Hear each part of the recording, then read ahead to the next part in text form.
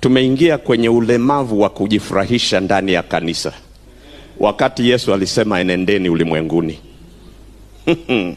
Tunajitumbuiza ndani ya kanisa, tunafurahi, wakati mwingine ameni kubwa mpaka mapaa yanataka kupasuka, lakini tunakutana ili kufurahishana kiroho, tukasherehekea, tukasahau wito wetu. Enendeni.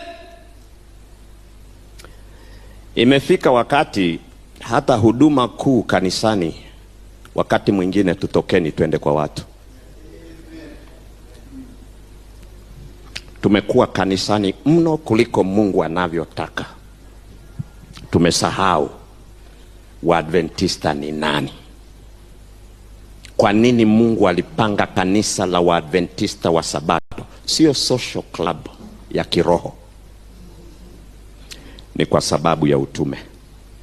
Tukimwona maskini tunafanyaje? Tunapita kando kama Msamaria mwema.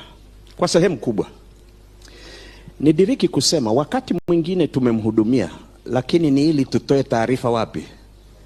Ya huduma za jamii bandia. Ninagundua ya kwamba inapokuwa mtu una hizo inner qualities za Kikristo,